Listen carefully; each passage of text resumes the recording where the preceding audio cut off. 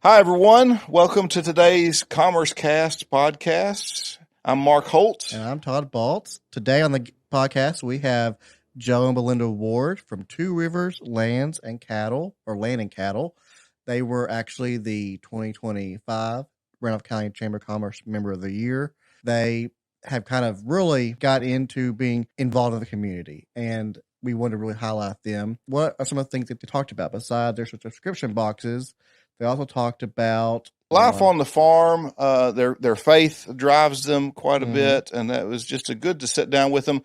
Their episode's going to make us all hungry, so be sure to listen for their ways to contact them to enjoy their products. They have a lot of beef and protein-packed products there that they sell from their farm here locally.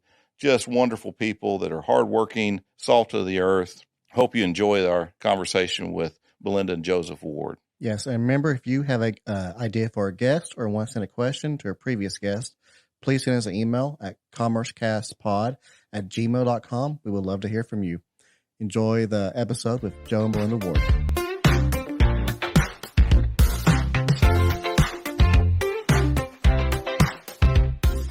Hello, everyone. Welcome to this week's episode of the CommerceCast from the Randolph County Chamber of Commerce. I'm your host, Mark Holt, always with Todd Baltz as our co-host here.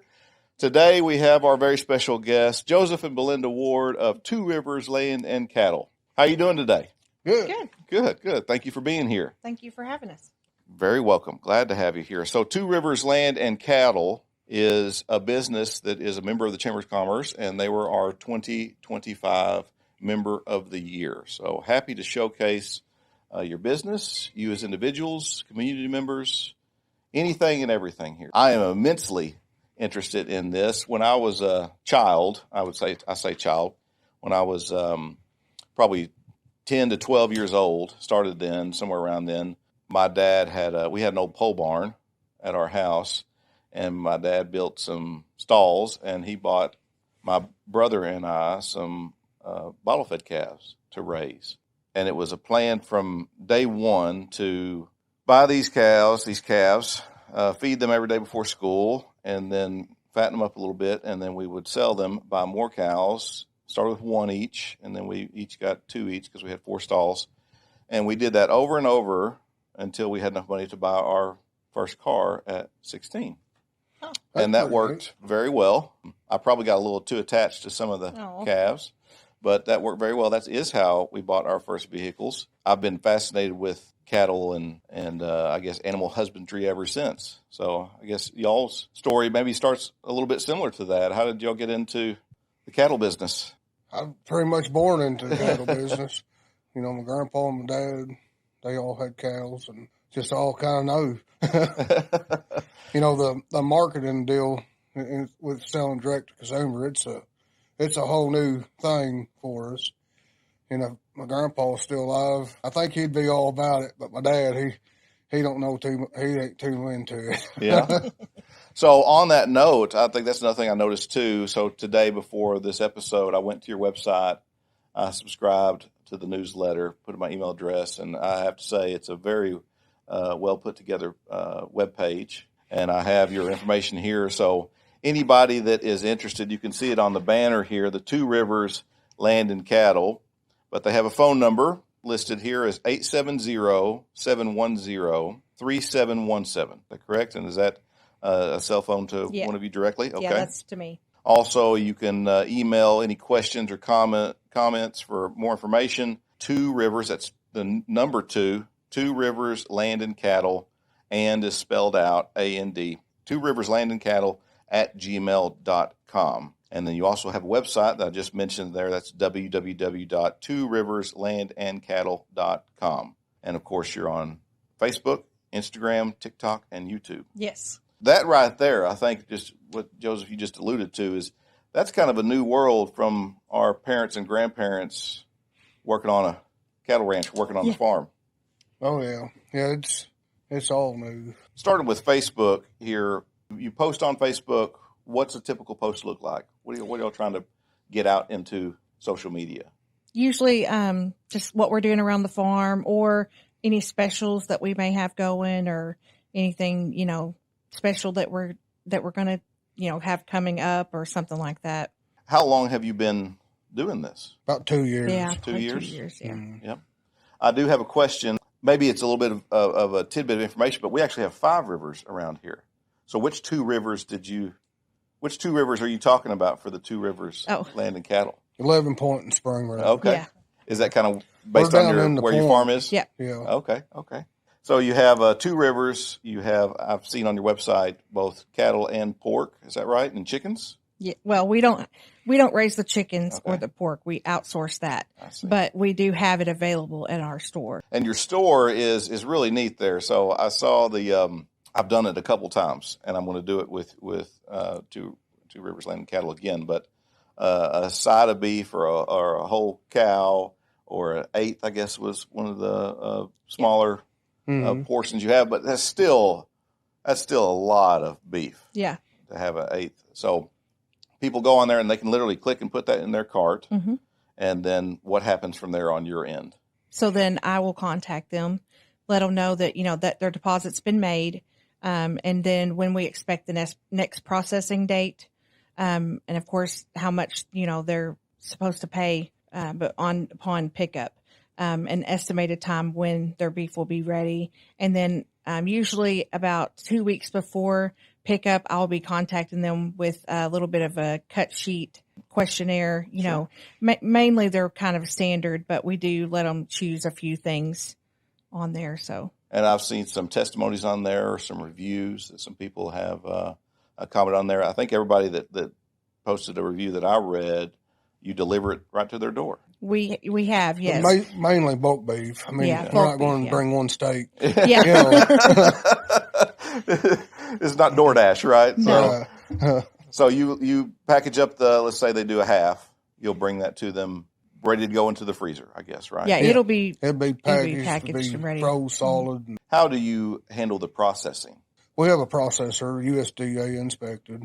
That's why we're able to sell individual cuts, just because it's USDA inspected. Was that a difficult process? I've heard that is kind of difficult to get certified or whatever. We're not certified. I mean, we had to find one that was, and we just, did a lot of research and asked a lot, around, because we wanted to make sure we found a good one. Sure. One that we could trust. And we did. And we use him all the time. I'm sure as business begins, as you first roll this out 2 years ago, you have an expectation of how it will start, how many orders you'll get, and then how that will grow over time. But when you start that, how many head of cattle do you have to start a business like this? To even have any expectation that I will get an order online, then I'll have to fill that order, and how many cows do I need to do that? So what did y'all start with, and where are you now as far as head go? We only run about 50 head. We got big hopes and high expectations, but it's a lot harder to sell than you think it would be. When we first started, we thought, everybody's going to go crazy about this. We're just going to, be sell. And it's like, well, where's all the people at? Well, I think on that note, personally, when I think about, should I go out and buy a steak or some hamburger, or should I go buy a side or a half a side or whatnot? I think about freezer space, and there is a convenience factor to where I have the freezer space and I want better quality beef, because I know that's important to your company and to your business there. But when I think about that, convenience really creeps in as, well, I'll do that next time. This time I'm just going to go around the store and get a package of ground beef or whatnot. But I do believe that as people continue to learn about you and to learn it's a local business that our listeners can choose to support, then our hopes are that roster gets longer. Oh, yeah. And more orders start coming in. Since when we first started, we grew. I mean, it's a big difference. Yeah. Well, that's got to feel good. Oh, yeah. Oh, yeah. Yeah, and being able to sell it, either by a single cut, like you said, if they just want one steak and a pound of ground beef, they can come to our farm store and pick that up. Yeah. We have that available. Or if they want to come buy a bundle, we can make that up. Or if they want to do bulk, they can do that too. So that's what I like about it, is we can kind of serve whatever they're looking for. We can cover that. Whatever price range they've got, we can cover that for them. And let's talk a little bit about here. I know that, and I'll just read this here. This is what you have put on our information sheet is kind of what your bio. And it says, we are a third-generation cattle farm with a strong commitment to community and faith. Our passion for feeding families drives us to provide easy access to high-quality beef and more. Above all, we believe in honoring God in our work and fostering relationships with those we serve. So could not be more supportive of that statement. And I want to talk about the quality aspect of beef. Again, I know just enough about that industry to be dangerous, but I do know that quality is an item that I think a lot of people, if they knew the backside of that, then they would be more apt to put in that a little bit extra effort to get the better quality beef than they can find at a store. So, what separates Two Rivers Land and Cattle in terms of quality from whatever we're getting from wherever we're getting it at the store? That's just it. It's wherever, and you don't know where it's coming from. Yeah. They are passing laws now. It's got to show the country of origin from the grocery stores. Mm-hmm. But for 100%, that's coming from us when you buy from us. Yeah. Well, what I've always heard about is like feedlots and big cattle operations to where they bring in a lot of cattle into a feed facility. And the conditions there, I don't know I've never been on one, so I don't know how bad they are. But I have always heard that if you want to keep a cow healthy and therefore the quality of its beef better, then you need to have about 2 acres per cow. Is that right? Oh, yeah. Yeah. Mm-hmm. Yeah. So on these feeder lots, they really can't. I mean, they cram them in there, I think. So that's something that I think stress levels, cortisol, that kind of stuff that works through that cow's system and then affects the beef. Not to mention the passing of disease and all that kind of stuff, to where that includes, more medicines and antibiotics and that kind of thing. So is that quality of your beef, not to say that y'all don't treat your cattle for when they need medicine, but is that something that I think can translate into a better hamburger? Oh, definitely. Oh, yeah. Well, and when you order from us, you're getting one steer, not thousands all ground Mixed together. together. Yeah. Especially the ground beef. Yeah, I mean. Because when them big packing plants, at the end of the day, everything left, it's ground beef. Ground up. Ground beef, Yep. Nothing but just a big, I guess, not pit, but a big grinder, and they're just throwing it in there and filling up their packages. Right. Yeah. What is a steer's life cycle look like on your farm? Of the steers that y'all send to processing, are they all 2-year-old, or how does that work as far as About when one goes to months, probably. Say again? About 18 months. 18 months. Yeah. Why is that a prime time to send one to processing? The size and the weight.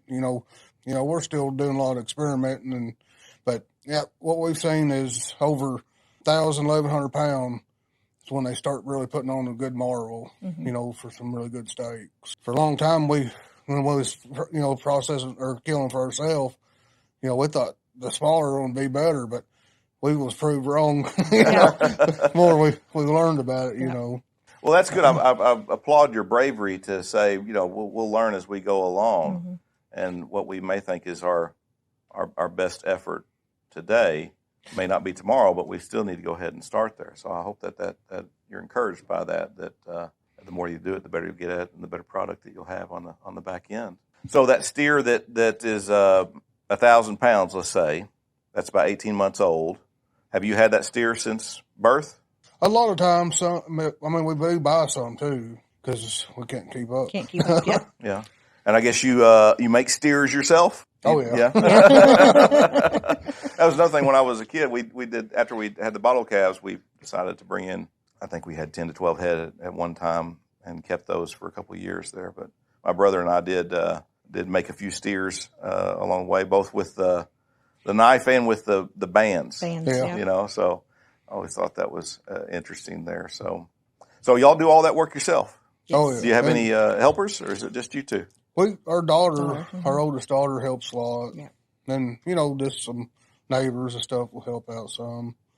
And my dad will help. And, it just depends how busy he is. And, a lot of times I've been off work. I'll go off and work. And It's just her and my daughter. What's going off to work mean? What's that? I do construction. Okay. Like pipeline construction. So you'll go off and then you'll left to man the operation? Yep. Through the whole big snowstorm, it was me and Brooke. Really? Yep. What did you have to do different for the snowstorm? We had to go break ice. Every day. And drive a tractor on snow. Yeah. I had never drove a tractor on the snow before, so that was because usually he's home in the winter, but he was gone this time. But we made it. So never a dull moment, huh? Nope. We always had something going on. What do you feed them as far as what's their diet look like? I mean, I'm sure they're grass fed. Grass and hay, and and then they are grain finished. Mm-hmm. I saw that term. What does that mean exactly? Grain finished.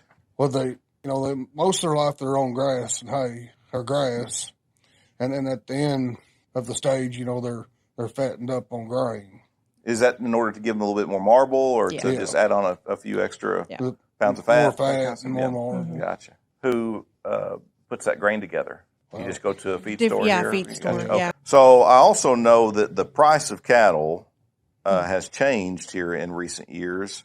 I am my job is to work in investments, and I cover all kinds of the price of stocks and bonds and real estate and precious metals, and I also dabble in some commodities, including cattle. So I used to keep a price log, a chart on my computer of the price of just whatever the spot price there of cattle that was published on the internet through a couple websites. So I would keep track of that, and it would kind of move in a up and down range and whatnot. And I think it was around 2021 or 22 it started spiking up, and then I got other job responsibilities changed or whatnot. So I haven't tracked it in a while, but I've heard that it's gone up quite a bit since 2022. So what's your thoughts on that? Does that make it harder to operate? I'm sure that means more cost for when you sell something there, but it also probably means more cost for when you buy something.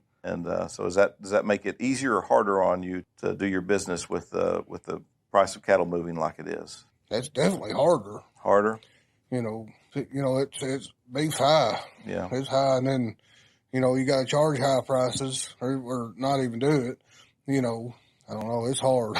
I think, though, that, again, going back to the not training people, you want people to have their own choices and make their own decisions there. But I know for at least my household and several like mine of my friends, of course they get the bag of chips and stuff, for snacks and whatnot. But for meal times, we want good quality food. Try to buy organic when we can, but there is a cost component to that. But I think that again, with time, people will say, okay, I need to tighten up the purse strings here, and I'm going to do that by hopefully cutting out the chips and the snack stuff, and then not cutting out the beef and the protein that matters there. So how long have you're a husband and wife company, right? Mm-hmm. How long y'all been married? Since 16. 9 years, yeah. 9 years, okay. I was going to see if he knew. He did it. Good job, Joseph. Was this something that y'all had planned? You said you've been in business for about 2 years, but y'all had planned as a couple for many years or always wanted to do kind of thing? Well, yeah, I don't know. We talked about it for I think when COVID, was going, we kind of talked about it because a lot of people had a lot of, scares about food and, getting out around people. And I don't know, we kind of talked about it then, and I don't know, decided one day we were going to do it, and we just did it. That's good. And when we first started talking about it, it was before the big increase of cattle prices. And, if cattle prices had been like they were now, we probably wouldn't, or then, we probably wouldn't even done it. It makes it hard. The question you asked a minute ago, if you take them to the sale and it ain't much more, cutting them into a steak, you can take them to sell for just a little bit less. There's a lot of work there. Yep, there is. And I think, again, you want to honor God first and foremost. You want to be a vital help to your community, and that involves work. That you got to make the commitment to say, well, I know this is the harder route. I could make this easier myself, but you answer to a higher authority than that, so you got to walk the walk and talk the talk. So that's great. Yeah, we do try to do a lot of charity stuff and try to help I think that is patently obvious. I can verify that from the chamber, involvement that any time a need or something to do with the chamber has been presented to you all, you've said yes and shown up. So thank you for that very much. Want to see that y'all get all the credit for that of being community minded and wanting people to get the best of what you can offer. So that's great. I know it's going to work out for you there. So your cattle business is in rural Arkansas. This is a big place for poultry. It seems to me now, though, that there are more cattle operations here than definitely used to be. Maybe I just wasn't paying attention before, but which is highly likely. But do you find yourself in a growing industry here in this town, or do you think it's pretty sleepy? As far as the cattle business, Yep. it's definitely growing. Yeah, I think so too. The price of the cows now is why it's growing. People are really looking at it a little different. Well, what about the future here? So you have 50 head of cow, or right about that now. Everything goes according to plan. Where are you going to be in 5 years and 10 years? Hopefully everything keeps going. And we kind of discussed maybe doing a market closer to the town, just trying to keep people from having to drive all the way out to their place. And, we're definitely going to try to gather up some more land and a few more cows along the way. Do you have a specific breed of cow? That mainly Angus. Angus? That's pretty popular for. Oh yeah. That's what people are looking for, I think, as far as you go to a restaurant and look on the menu and. Yeah, registered black Angus. We're not registered right now, but that is kind of a goal too. Eventually, get registered. Where we're certified registered Angus. Sure. Well, and so in that future period, I think we've talked about it before from a chamber's perspective of. I'm sure y'all have been traveling somewhere and come across some farmers market and that kind of thing. So, do you think a farmers market here in Randolph County would be an enhancement for your business or a good thing? I think so. Yeah. Well, we hit a lot of farmers markets last summer. That's what grew us. Mm-hmm. And that's why we kept pushing because, the farmers markets and getting our, that's what helped us build our name. Well, tell me a little bit about that, Joseph. So you said you hit a lot of farmers markets. What does that look like? You have a refrigerated trailer or something like that? Or? We just had some freezers in the back of the truck looking for places to plug them in. Yep. Yeah. We did like farmers, I think it's called market nights in Corning. Okay. We did those. Were they on Saturdays? I believe Thursdays. And every Thursday we went there and just brought our freezers and plugged them in. And we've done, things here on the square, like St. Patrick's Days and things like that. The Juneteenth thing. The Juneteenth thing.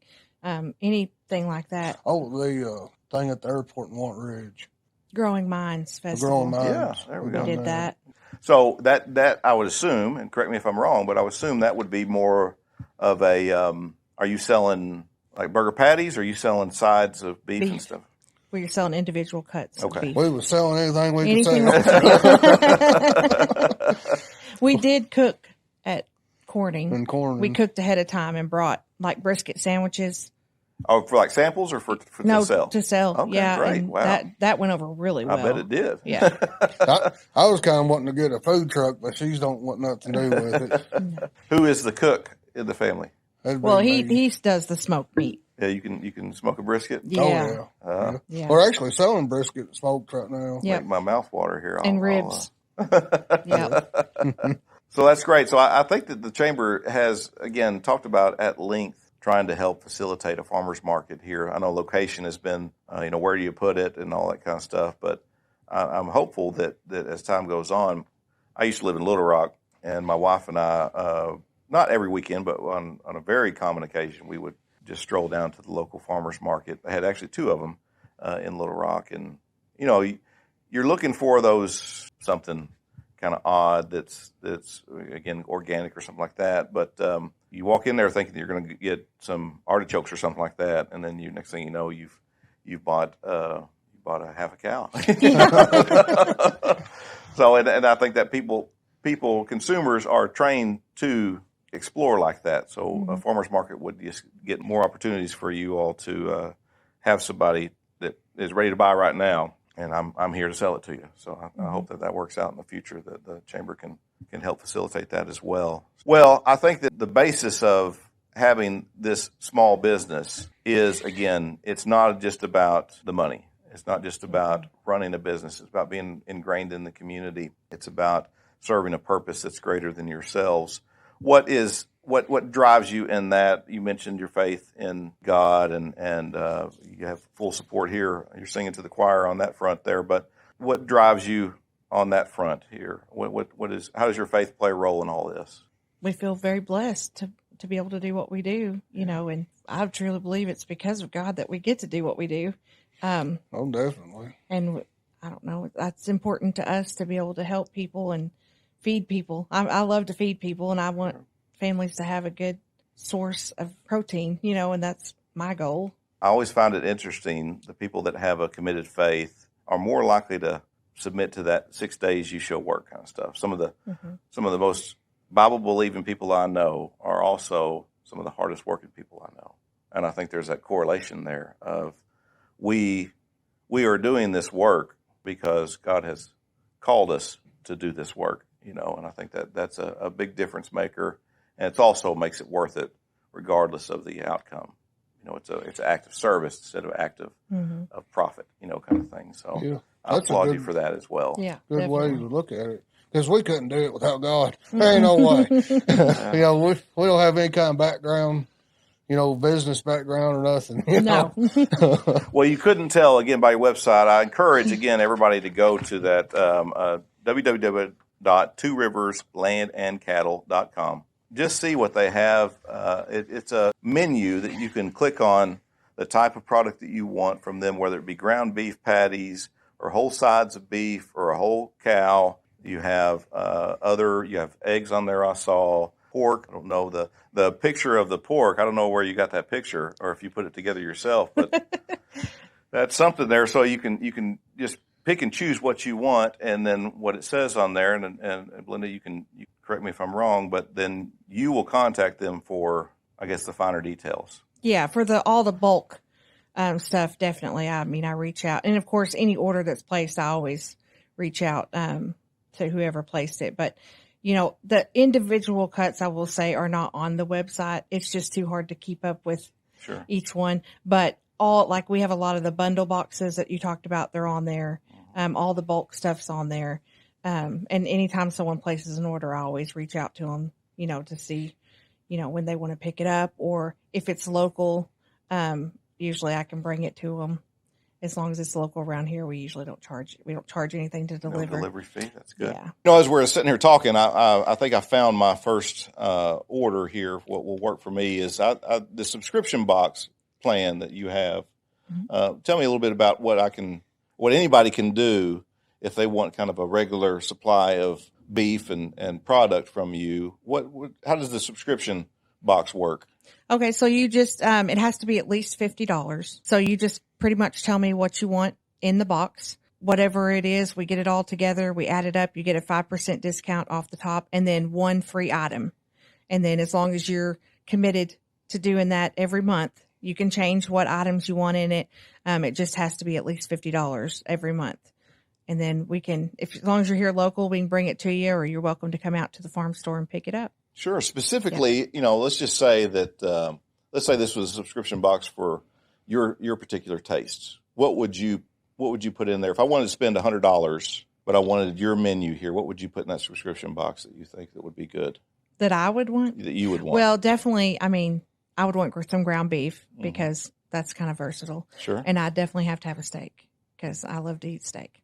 And then probably maybe pork chops and some chicken tenders, bacon, sausage, and eggs. Really?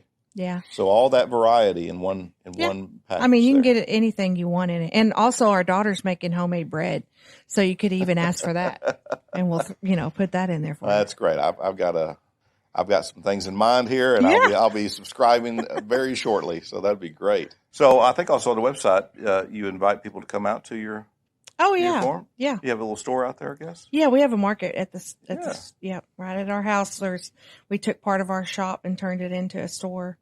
So like I said, we've got all of our products there. The only thing we can't give you is the whole beef or half a beef right then. But we have it all, individual cuts. We can make bundle boxes. So we have the pork, the beef, the chicken, all available right there at our store. As I mentioned here at the beginning, I signed up for your newsletter on your website there. So what do I expect now as a newsletter subscriber? So at least I try every 2 weeks, but sometimes it's once a month. I will make a newsletter. It'll have anything that we have, like specials that's going on, or anything that's new around the farm. Like we have 2 bottle babies right now that my daughter's taking care of. It'll have like pictures of them or videos or something in it. And there's always a free recipe. I always do that and send it in there. Just really information about what's going on the farm, or any specials that we have going on. Or sometimes I'll send like a discount code or something in there for people so they can use it. That's great. That's awesome. Can't wait to get mine. Yeah. And you mentioned your daughter. I guess you're teaching her about the benefits and importance of work. So well, she teaches us a lot too. She's the oldest, and she's building her own herd. So really? She's a big part of the farm. That's great. That's great. We look forward to meeting her sometime here. Well, we appreciate you very much for coming on today and sharing some of your story with us. As always, I have a very community-minded purpose here, and we would like to invite you. Todd's going to ask a question of you that maybe you can give us some ideas for who to have on here next, or who to sing the praises of from your perspective. So, Todd, if you will. It was really good having you on the podcast today, Joe and Belinda. So one question I always ask, what is one business or individual or nonprofit organization y'all like to give a shout out to, an attaboy, attagirl to, that y'all think would be a good future guest, or just want to say, hey, these people are doing a good work? The Knights of Columbus. We think that they do awesome. They do a good job. Yeah. Oh, yeah. So why the Knights of Columbus? What was an experience that you all had with them that stuck with you? Oh, they're always doing some charity stuff, and I'm a Knight also. Okay. Yeah. I try to go to meetings whenever I'm home. I know they helped a lot with the baby box too, if I said it right. Yeah. And they're just an awesome organization. If it wasn't for the Knights, the baby box wouldn't be here. Yeah. Well, very important. We talked to Scott Baltz not too long ago about that, and that is very it's important. great having Joe on the Knights, because he can also contribute his smoking skills. Yeah. It's good to have another cook in the Knights. Yes. Need to have another meeting. Just an excuse to eat. Well, that's great, and appreciate you all again for everything you do. Good luck to you. Chamber of Commerce members, if you want to know how to be the best Chamber of Commerce member that you can be, go out and find Joseph, Belinda, shake their hand, go to their website, contact them, and enjoy the service that they provide to our community, and enjoy their membership here with the Chamber. I think they really do it right. So when you see them next time, make sure you give them a shout out for all the good work that they're doing. And we certainly appreciate you all. Hope you have a good rest of the day. Thank you. Thank you. See you next time. CommerceCast is a production of FoxLion Studios. We are hosted by Mark Holt and Todd Baltz. Our executive producers are, also Todd Baltz and Mark Holt. Special thanks to the Randolph County Chamber of Commerce. Music provided by AGI. You can find links to everything we discussed today in the show notes. If you have a question or a topic idea, email us at commercecastpod@gmail.com. If you enjoyed the show, please leave us a rating and review on Apple Podcasts or Spotify. It really helps new listeners find us. Give us a thumbs up and subscribe to our YouTube channel. We'll see you next time right here in the studio. Thanks for listening.